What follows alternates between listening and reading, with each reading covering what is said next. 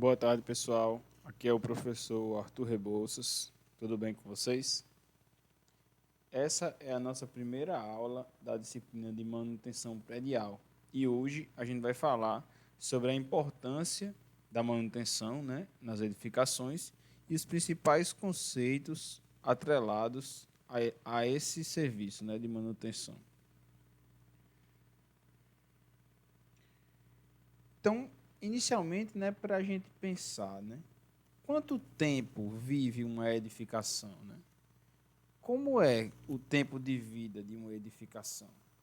Existe um ciclo de vida que normalmente é cumprido por essas edificações? Ou não? Não tem nenhuma rotina lógica nesse processo. Então, de acordo com o manual do CEBIC, o ciclo de vida de uma edificação inicia, começa quando o dono tem a ideia de construir a edificação. Então, ele tem a ideia e começa a executar aquelas ideias relativas à construção.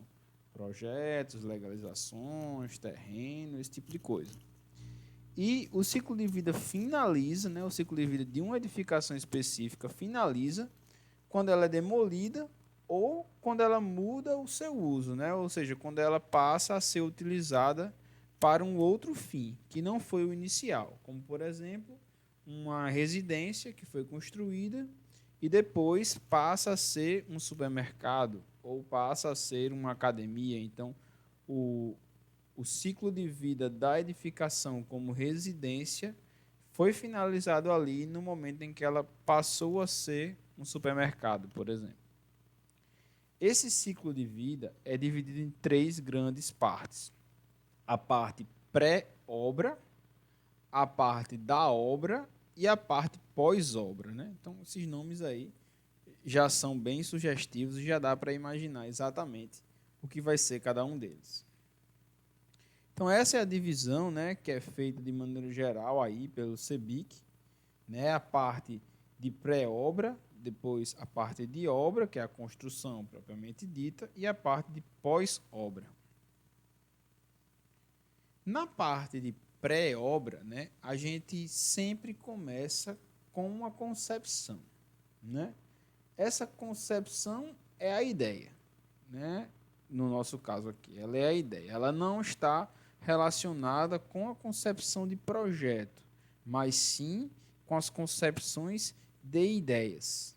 E aí, no momento em que essas ideias passam a ser elencadas, alinhadas num papel, passa-se ao momento de conceituação, onde você vai ali descrever as principais ideias, o que você deseja que tenha na edificação, qual o seu uso e etc. Depois de você identificar exatamente ali o que é essa edificação, quais os principais conceitos dela, a gente vai para a parte da verificação da viabilidade. Então, existe uma estratégia corporativa, no caso de empresa, para construir essa obra, ela é viável legalmente, socialmente, tem impactos ambientais, é possível construí-la da maneira que você quer, existe tecnologia disponível no mercado, naquele local, para construir a edificação da maneira que você quer, e existe dinheiro, você é capaz de ter um capital econômico, financeiro para construir aquela edificação. E, por último, as questões de mercado. É viável do ponto de vista de mercado, de marketing, construir essa edificação pensando na venda da edificação, Existe mercado, comprador, demanda para comprar aquela edificação. Então, todos esses itens aí fazem parte de uma análise de viabilidade, que é uma análise de risco. Então, você vai avaliar aí quais as vantagens e as desvantagens e, consequentemente, qual o risco que você vai ter de construir essa edificação e ela não dar certo. Ela não ser adquirida, não ser comprada por outras pessoas, pelo público-alvo aí que você pensou.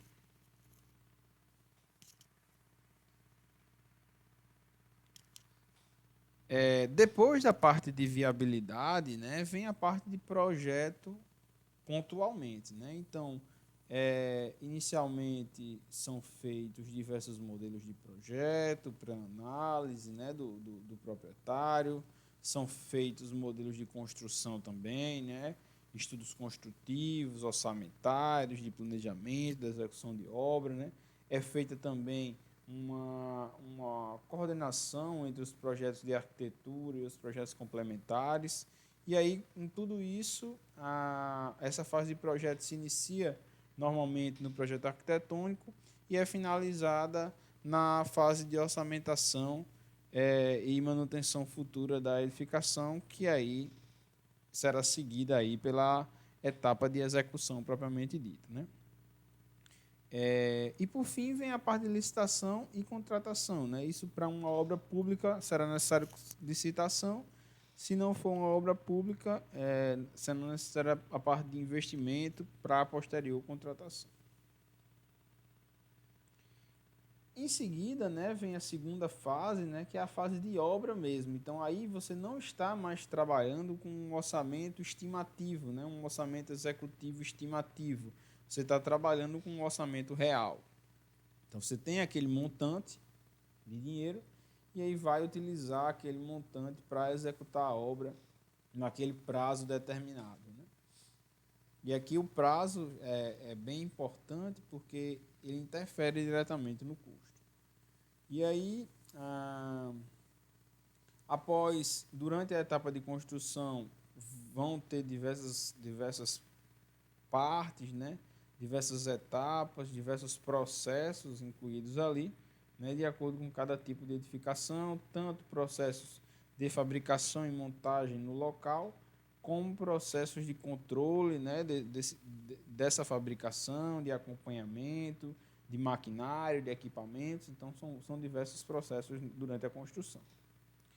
E, por fim, vem a parte de comissionamento, né, que já é o pós-obra. Então, a parte de comissionamento, que é a venda, o uso e operação da edificação, que é quando os clientes, né, as pessoas que você vendeu, passam a utilizá-la, e a parte de manutenção e monitoramento, que é uma parte essencial, né, normalmente feita aí pelos usuários de edificação, né, condomínio, né, um usuário, uma pessoa física, uma pessoa jurídica, né. Então, é uma etapa estritamente necessária e que também precisa de monitoramento. Então, a gente precisa verificar se a edificação precisa de uma correção, de uma manutenção, de uma preservação, né? Quais vão ser esses modelos de manutenção, de quanto em quanto tempo, o que vai ser feito, como se fosse pensando em um carro mesmo, né? Você compra um carro, tem as revisões periódicas do carro. Então, daqui a 6 meses você vai trocar o óleo, daqui a 2 anos vai trocar o freio, por exemplo. E assim vai. Então, a edificação também tem manutenções periódicas e um monitoramento da integridade e da vida útil dessa edificação. Tá? E, por fim, é o descomissionamento, que aí é quando acaba o ciclo de vida da edificação, numa venda, numa alteração de uso, etc. Demolição. Então, acerca disso, né, relacionando essa etapa anterior com essa que a gente está vendo agora, as edificações elas são construídas com o objetivo de durar muito tempo, né? Então, você constrói uma edificação e não pensa exatamente, essa edificação estou construindo ela aqui para durar 50 anos, né, 100 anos. Né? Você não tem um prazo definido. Você constrói ela para durar muito tempo. Só que ao longo, né, desse tempo, elas precisam ter condições adequadas para que sejam utilizadas. Né? Então, essas condições adequadas é o que a gente chama de desempenho da edificação. Então, ela precisa apresentar condições de uso. Né? E durante esse tempo, né, o que se busca é que a qualidade, né, o desempenho dessa edificação não seja reduzido a ponto de ser perdido. Né? Então, o objetivo da manutenção, dessa palavra manutenção, é manter o desempenho da edificação. né? Manter esse desempenho inicial ou algo muito perto disso para que a edificação possa durar muito tempo, ou seja, tenha uma vida útil longa após esse processo.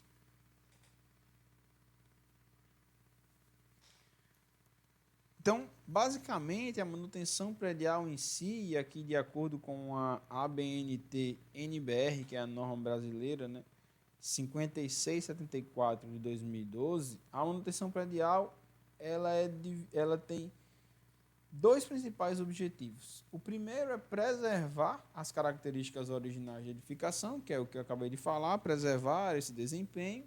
E o segundo é prevenir a perda de desempenho, que normalmente é decorrente da degradação dos sistemas, dos elementos e componentes da edificação. Então, basicamente, são duas coisas que estão aqui nos balãozinhos, né? Duas coisas que estão aqui nos balãozinhos. Eu vou pegar aqui o apontador, só para ver melhor. Então, ou você vai manter o que foi feito no início, né, preservando as características, mantendo o desempenho, ou você vai corrigir algum defeito. Né? Então, houve uma perda de desempenho, você corrige aquele defeito para que o desempenho volte ao normal e as condições de uso sejam restabelecidas. Então, dentro desses objetivos, existem três tipos principais de manutenção, né? Que é a manutenção rotineira, que é aquela que é caracterizada por um fluxo constante de serviços. Então, é aquela manutenção que você faz diariamente, ou semanalmente, até mensalmente. Tá? Então, é algo que já está na rotina da edificação. Por exemplo, limpeza geral, limpeza do piso, limpeza das paredes, a limpeza da caixa d'água, limpeza de fossas, né? Corte de gramas, esse tipo de coisa. Né? Algumas trocas, né, preventivas, como assento de vaso sanitário, caixa acoplada, boia da caixa d'água, esse tipo de coisa. Né? Então, essas manutenções rotineiras padronizadas, né, desde uma padronização com curto tempo, como a limpeza diária, até um período maior de meses, anos, são as manutenções rotineiras. Tá? A manutenção corretiva, que é o segundo tipo aí, né, ela é caracterizada por um conjunto de serviços, né, um tipo de manutenção que precisa de uma intervenção imediata, certo? Então, houve o problema, aconteceu o problema, por exemplo, sua janela parou de abrir, por exemplo, né? Então ela está travada ali, você não consegue abrir nem consegue fechar, por exemplo. Então, se você não fizer uma intervenção imediata ali naquele sistema, você está comprometendo o desempenho da edificação, porque a janela não está mais tendo uso adequado e, consequentemente, você pode ter riscos, prejuízos pessoais, né, segurança da sua casa e etc. Então, você precisa ajeitar a torneira. Então, a torneira não. Você precisa ajeitar a sua janela. Então, vamos supor que o problema da janela seja no trilho onde ela corre. Então, você precisa corrigir aquele problema e essa é uma manutenção corretiva. E tem a manutenção preventiva, né, que é aquela caracterizada por serviços programados, tá? De acordo com a estimativa de durabilidade dos sistemas. Então, por exemplo, se um certo sistema da edificação, como, por exemplo, o registro, né, da sua casa, se ele está previsto para durar 5 anos, então, quando chegar perto dos 5 anos, sei lá, 4 anos e meio, você vai lá e troca o registro, antes dele quebrar. Né? Essas manutenções elas podem vir acompanhadas de verificações periódicas. Então, tem algumas empresas que fazem esse tipo de serviço. Por exemplo, empresas de aquecedores. Né? O aquecedor ele tem uma manutenção preventiva anual. Então, todo ano, a empresa vai lá, vai ligar para você e dizer, está se aproximando da manutenção preventiva do seu aquecedor, vou trocar isso aí. Você concorda, autoriza, então aí vai ser feita essa manutenção preventiva. Então, esse é o terceiro tipo.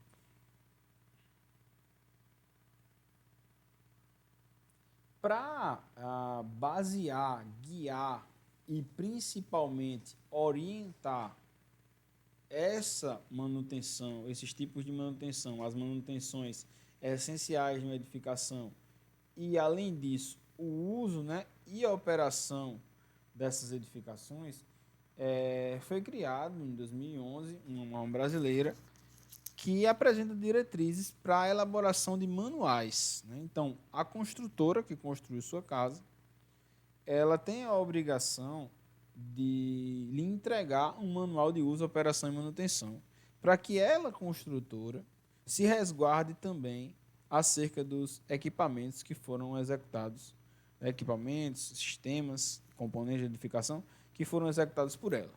Então, no manual de uso, ela vai dizer como deve ser feito o uso de cada área. Por exemplo, na área do banheiro, você pode lavar o piso com uma quantidade abundante de água. Na área dos quartos, não. Tendo em vista que o rejunte utilizado no banheiro é um rejunte que aguenta esse tipo de serviço, esse tipo de limpeza, e o rejunte utilizado no quarto, não. Então, esse tipo de coisa vai vir descrito no manual de uso. Além disso, vai vir descrito, deve vir descrito, periodicidade de manutenções preventivas. Tá? E até, às vezes, orientações para manutenções corretivas. Né? Então, esse manual ele precisa ser seguido para manter o desempenho adequado da edificação.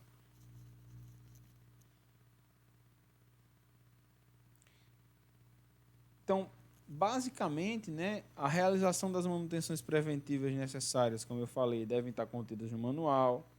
Após a entrega do imóvel, as manutenções preventivas são de responsabilidade do proprietário. Então, o proprietário deve ler lá o manual para seguir essas manutenções. E, além disso, pessoal, na hora que você for acionar a construtora, se algum problema tiver acontecido na sua casa, para ela realizar alguma correção, ou seja, uma manutenção corretiva, ela só vai realizar essa manutenção corretiva se você tiver feito as manutenções preventivas e também tiver feito o uso adequado da edificação. É como o carro, né? Está aí o nosso exemplo aqui, né? Como o carro. O seu carro tem uma garantia de 5 anos, desde que você faça as revisões na concessionária da maneira que eles solicitam. Se não tiver, não vai ser dada a garantia, não vai ser feita a correção, entre aspas, gratuitamente aí para você. Certo? Então, é esse o mesmo pensamento que acontece com relação ao manual de uso, operação e manutenção das edificações. Então, o desempenho da edificação é o comportamento dessa edificação e do conjunto de sistemas que compõem, que a compõem, né?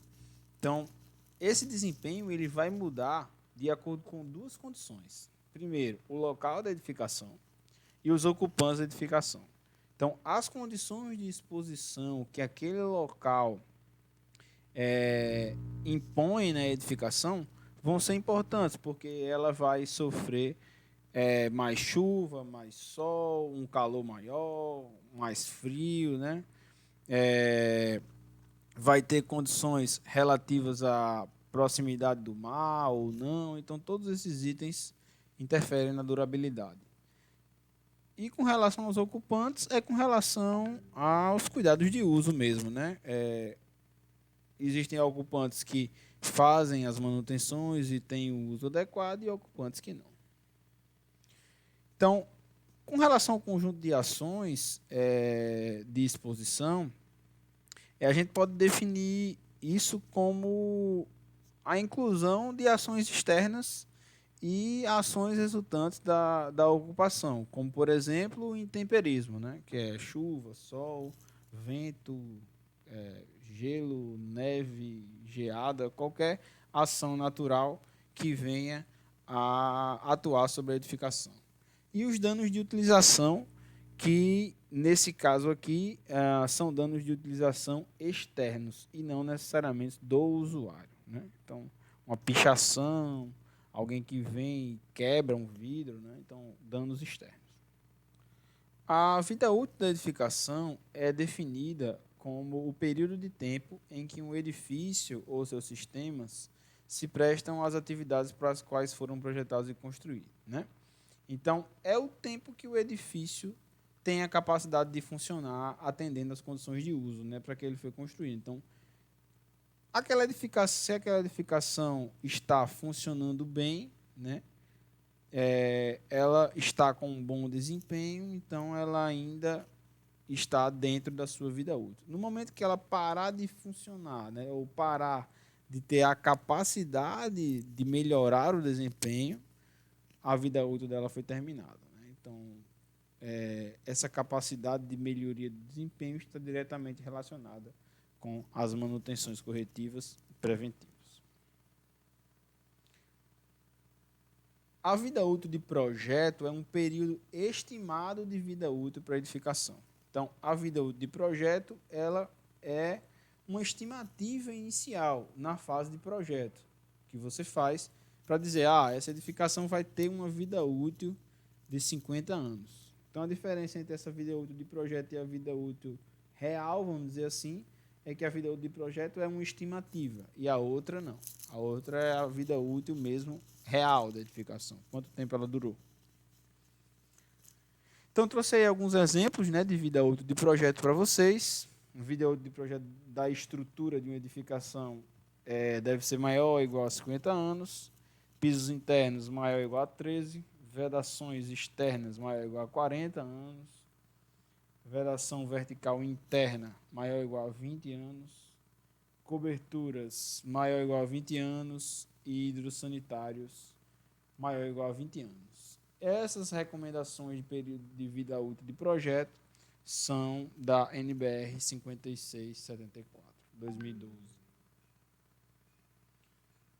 E tem a durabilidade, né, pessoal? A durabilidade é o período de tempo esperado que a edificação tem o potencial de cumprir.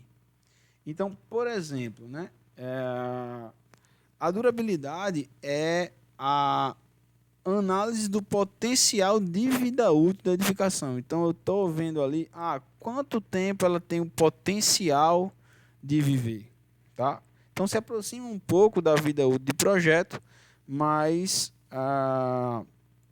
pensando assim no potencial máximo e não no potencial mínimo. Tá? Então, o prazo máximo, vamos dizer assim, né, de uso da edificação. E aí, para que essa durabilidade alta seja garantida, né, ou seja, para que a vida útil seja longa, é necessário que seja feita uma correta utilização da edificação, né, e que as manutenções periódicas sejam feitas obedecendo a recomendação dos fornecedores. Então, esse gráfico aí, que é um gráfico oriundo do Manual de Orientações da norma de desempenho, da NBR 15575 de 2013, mostra uma relação do desempenho da edificação com o tempo, né?